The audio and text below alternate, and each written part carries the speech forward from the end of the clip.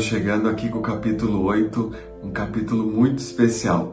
Homens ousados morrem para si mesmos. E o primeiro ponto é humildade. Homens ousados são humildes. E humildade não é você pensar menos de si mesmo, mas sim você pensar menos em si.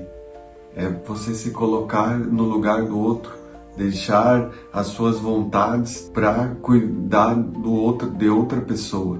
Nós não precisamos ser eloquentes, sábios, pessoas de destaque no meio que vivemos. Basta nós vivermos com princípios, vivermos com verdade, humildade no nosso coração, sermos humildes, que nós seremos ousados. E eu quero contar a história de um amigo meu que é um verdadeiro homem ousado, um herói que não usa capa.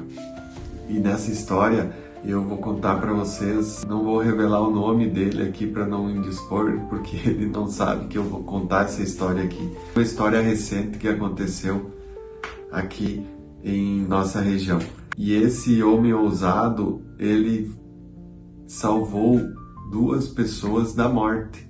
Ele estava indo a caminho do trabalho dele e se deparou com uma caminhoneta virada, capotada, dentro do rio. E durante o trajeto ele saiu de casa, o pensamento de ir trabalhar, mas ao ver aquela situação, ele não pensou em si mesmo, se ele iria se machucar ao se jogar na água, se ele iria deixar chegar atrasado no trabalho. Ele poderia ter passado naquele instante ali, dizendo que aquele problema não era dele, que ele tinha outras prioridades, ou até hesitado por não saber o que tinha acontecido, mas ele decidiu descer e olhar o que estava acontecendo. E ao descer lá, a água já estava quase imergindo os ocupantes do veículo e iriam se afogar por mais alguns minutos ali.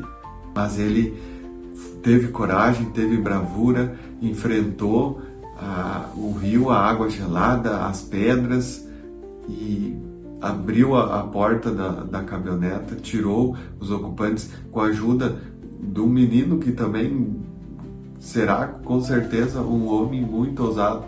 E esse menino segurava a cabeça do pai dele para que o pai dele ficasse fora da água para conseguir respirar, até que chega esse herói e salva os 2, e tira os 2 de dentro da caminhoneta, coloca no carro dele ainda e leva para serem atendidos na emergência da cidade onde ele estava se deslocando. Então é uma história muito exemplar para nós homens sermos ousados, agirmos com coragem e com humildade, não pensando somente em nós mesmos, no nosso conforto, mas sim pensando no próximo, pensando nas outras pessoas que nos rodeiam também, dentro da sua família. Não pense só em você mesmo, pense na sua esposa, como ela está passando por alguma dificuldade, não deixe ela passar sozinha. Pense nos seus filhos, se eles estão com problemas, às vezes eles não conversam, guardam as coisas para si mesmo. E nós pensamos somente no nosso conforto, de chegarmos e aproveitarmos o nosso descanso e não resolvermos nada na nossa própria casa. Mas seja ousado, arrisque ser humilde, arrisque pensar melhor, ou melhor, arrisque pensar mais em sua família do que em você mesmo. E o autor, agora ele começa a citar alguns personagens bíblicos que foram ousados. E o primeiro que ele fala para nós é de Jonas, sobre a graça ousada de Jonas. E ele diz que muitas vezes ele aprendeu na sua infância que Jonas foi engolido por uma baleia devido ao desrespeito que ele teve com Deus, por não acatar a Deus, e sempre sofreu com esse medo de que se ele desobedecesse a Deus, Deus iria castigá-lo ou iria acontecer alguma coisa com ele.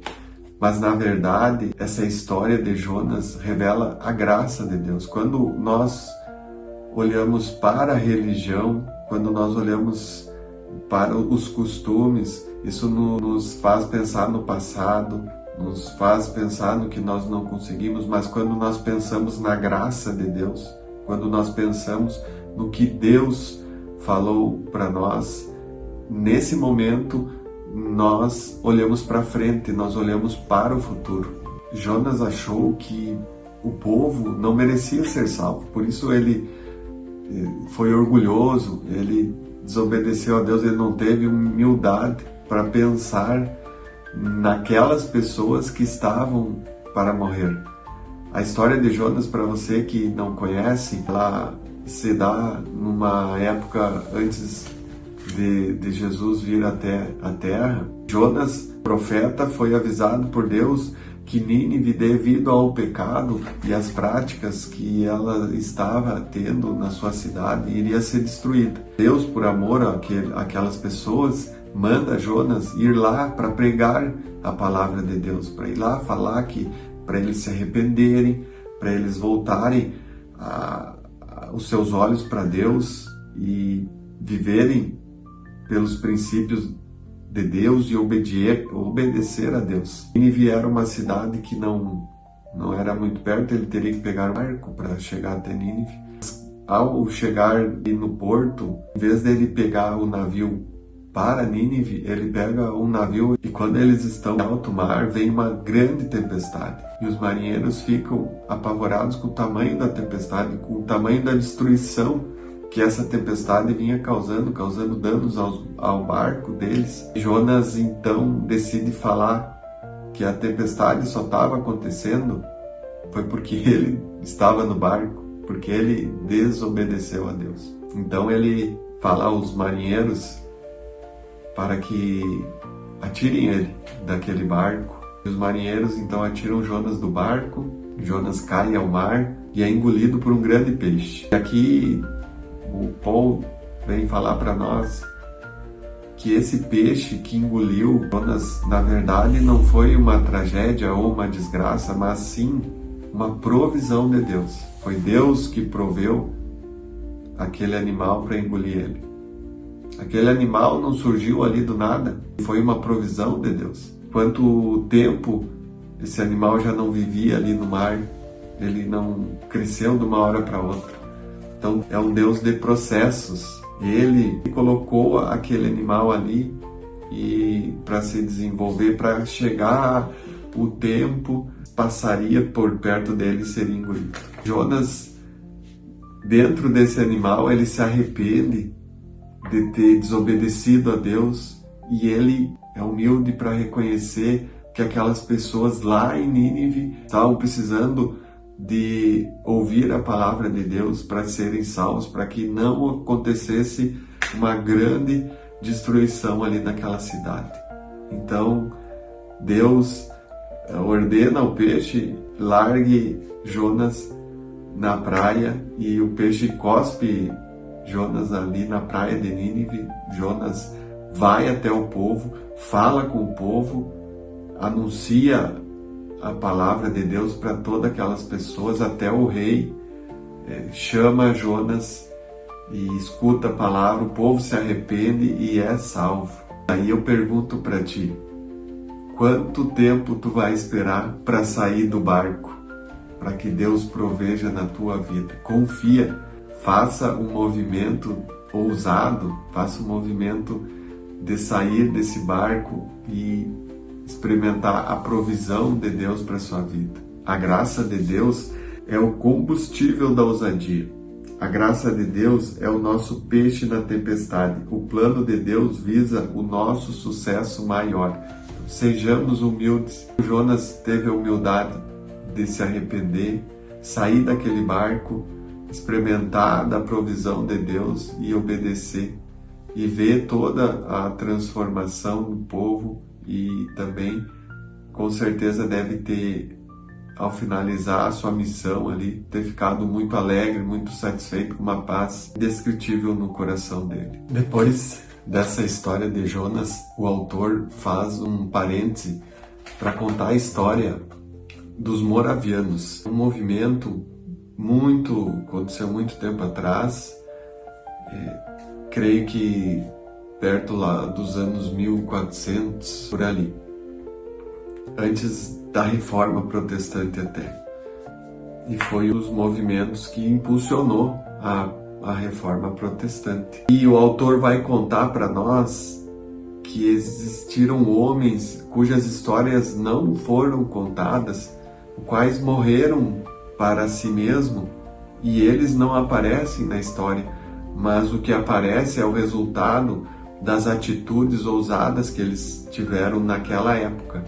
E esse movimento dos moravianos, ele desencadeou avivamento por toda a Europa até os Estados Unidos.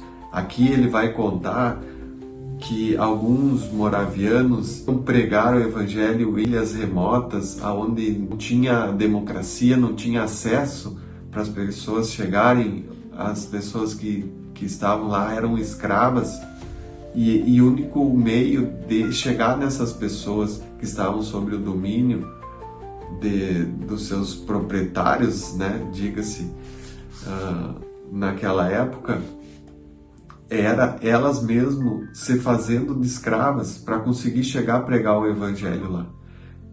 E jovens então decidem ter essa atitude de ousadia através desse movimento que começa com homens lá atrás. Além dessa história, tem mais a história de John Wesley, que está relacionada a esse movimento dos moravianos, e ele tem encontro com esses moravianos e reuniões de orações que duravam dias, anos, e através dessas reuniões se desperta o movimento de missões em jovens, e eles vão por todo o mundo, principalmente nos Estados Unidos naquela época, levando a palavra de Deus, influenciando presidentes e outras nações também. John Wesley é muito conhecido no mundo cristão pela sua entrega a fazer missões. Ele cita então que esses homens, apesar de não terem um papel de destaque, esses que começaram esses movimentos, que iniciaram e cujas suas histórias não estão contadas até abertamente, são desconhecidas, através desses homens comuns que esqueceram de si mesmo, que morreram, aconteceram grandes fatos na história. O autor também vai nos dizer que Deus nos define não pelo emprego que nós temos, pela influência, pelo dinheiro que nós temos, mas sim, Deus vai nos definir pela fé que nós temos no nosso coração. Por tudo que está no nosso coração, é o que Deus vai nos definir, pela perseverança, pela coragem, pela unção, pela visão. Deus vai usar o que nós temos nas nossas mãos a fim de realizar o que Ele colocou no seu coração. Então, se você tem um emprego, se você é professor, seja o melhor professor que você pode ser. Se você trabalha num restaurante cozinhando, seja o melhor cozinheiro. Se você é um motorista, seja o melhor motorista que você pode ser. Use todo o seu empenho para executar aquilo que Deus colocou na sua mão com excelência, executar com amor, com o coração. Esses homens não tinham muitas coisas em suas mãos, mas mesmo assim eles se sacrificaram por uma causa, se sacrificaram por um propósito. E você, qual que é o preço que você está disposto a pagar para que o seu propósito seja alcançado? O preço que você está disposto a pagar para que aqueles que rodeiam você, que convivem com você, possam também alcançar o objetivo, o propósito que eles têm em suas vidas? Qual é o preço que você está disposto a pagar para mudar a história da sua família, para mudar a história da sua cidade, do seu bairro, da sua própria nação? Depois a gente tem a história de Daniel sendo contada um pouco aqui e destacando como ele foi ousado no tempo que ele viveu na Babilônia. Que ele vai para uma nação distante da sua, é levado como escravo. Mesmo assim, ele mantém os princípios que ele tinha lá em Israel, com o seu povo. Ele não deixa se contaminar por todas as crenças e costumes daquela nação da Babilônia. Uma nação extremamente perversa, uma nação extremamente corrupta, muitas práticas pejorativas, nenhuma misericórdia com as pessoas. Era um povo extremamente violento, mas mesmo assim ele tem a humildade, ele tem a percepção de não deixar que aquilo contaminasse ele, porque ele podia viver bem ali na Babilônia. Ele era inteligente, Deus deu sabedoria para ele, mas mesmo assim ele nunca se exaltou, ele sempre manteve a obediência a Deus e também glorificando a Deus através do que Deus colocava nas mãos dele. Ele ia lá, fazia as tarefas, executava tudo e de acordo com o que lhe era pedido pelo rei da Babilônia, mas o resultado sempre era atrelado a Deus, que era Deus quem dava as visões para ele, era Deus quem tirou ele da cova dos leões. Tudo o que ele fazia era para a honra e glória de Deus, esquecendo-se de si mesmo, como a gente já vem falando. Agora ele fala sobre Jesus, manso e ousado. E ele conta que quando era mais novo, também ouvia falar que Jesus era manso, e isso para ele soava como morno, apático, e ele pensava, mas não é esse Deus que eu quero servir, um Deus morno, manso, apático. Qual sentido seria isso na minha vida, eu ser assim? Então ele conta uma história sobre como os romanos usavam os seus cavalos, como eles desenvolviam o treinamento para que aqueles cavalos, na hora da batalha, eles não hesitassem com nenhum barulho externo, com o barulho das espadas batendo uma na outra. Eles não poderiam se assustar, dar pinote, sair correndo. E esses cavalos sempre deveriam estar seguindo o cavaleiro, nunca abandoná-los. Jesus veio até essa terra. Quando Jesus veio, ele nos disse que tudo que víssemos ele fazer era apenas aquilo que o Pai o levava a fazer. Essa comparação com os cavalos nos ensina que Jesus fez tudo aquilo que Deus pediu para ele. Jesus foi obediente, Jesus não abandonou o cavaleiro, Jesus não abandonou as ordens de Deus, foi fiel até o último instante. E olha só que legal o que ele vai contar aqui. Eu vou ler até todo o parágrafo. Quando os romanos terminavam de treinar um cavalo de guerra, ele estava pronto para a batalha. Quando o animal era poderoso, forte e explosivo, pronto para lutar e vencer em meio ao caos, à confusão e ao perigo implacável, o cavalo de guerra era chamado no idioma deles de manso, e os homens ousados seguem esse Jesus manso, não aquele que ele fala morno, apático, mas esse que está pronto para a batalha, esse que está pronto para uma guerra, disposto a combater com todas as suas forças, com todo o seu coração, disposto a pagar um sacrifício pela sua família, pela a sua cidade, pela sua nação, pelo seu propósito. E também ele fala sobre outra atitude bem conhecida de Jesus, que é dê a outra face. Será que dar a outra face realmente é uma atitude de homem? Porque naquele tempo ainda deveria se contradizer essa fala de Jesus. E Jesus cita em Mateus 5,39, mas eu lhes digo, não resistam ao perverso. Se alguém o ferir na face direita, ofereça-lhe também a outra. E Jesus fala isso aí mesmo quando ele expulsa os cambistas lá do templo. Será que estava bem alinhado esse discurso de Jesus? Ele faz uma análise da cultura da época. Os romanos, eles tinham o costume de ir conquistar as cidades e deixar uma pequena parte do exército, alguns guardas, naquela cidade que já estava dominada, e eles iam com o principal exército adiante. Para eles criarem autoridade ali diante do povo,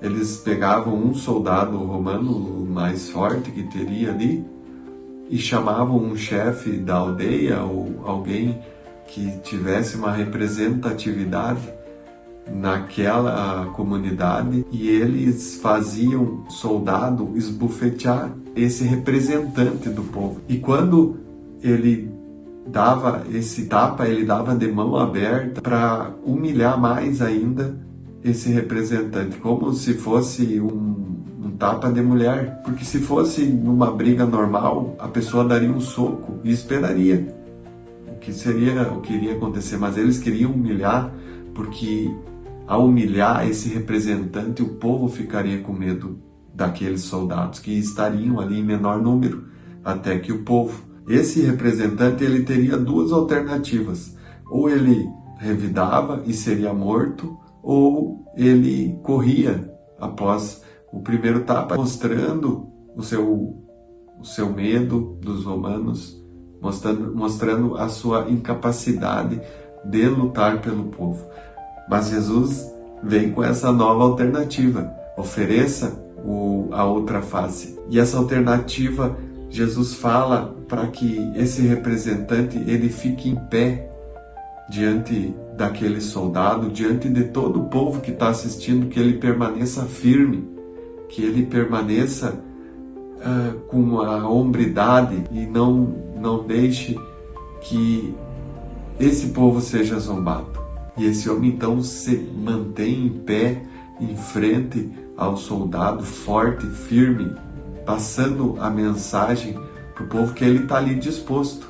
E ele oferece então calmamente a outra face para que o soldado bata, para mostrar que ele está ali disposto, humilde, pensando no seu povo e não só em si mesmo. E a ousadia é uma parte vital e forte da fé, com uma expressão exterior de paz. E chegamos ao fim desse capítulo 8 e aguardo vocês. Se inscreve aqui no canal, compartilha esse vídeo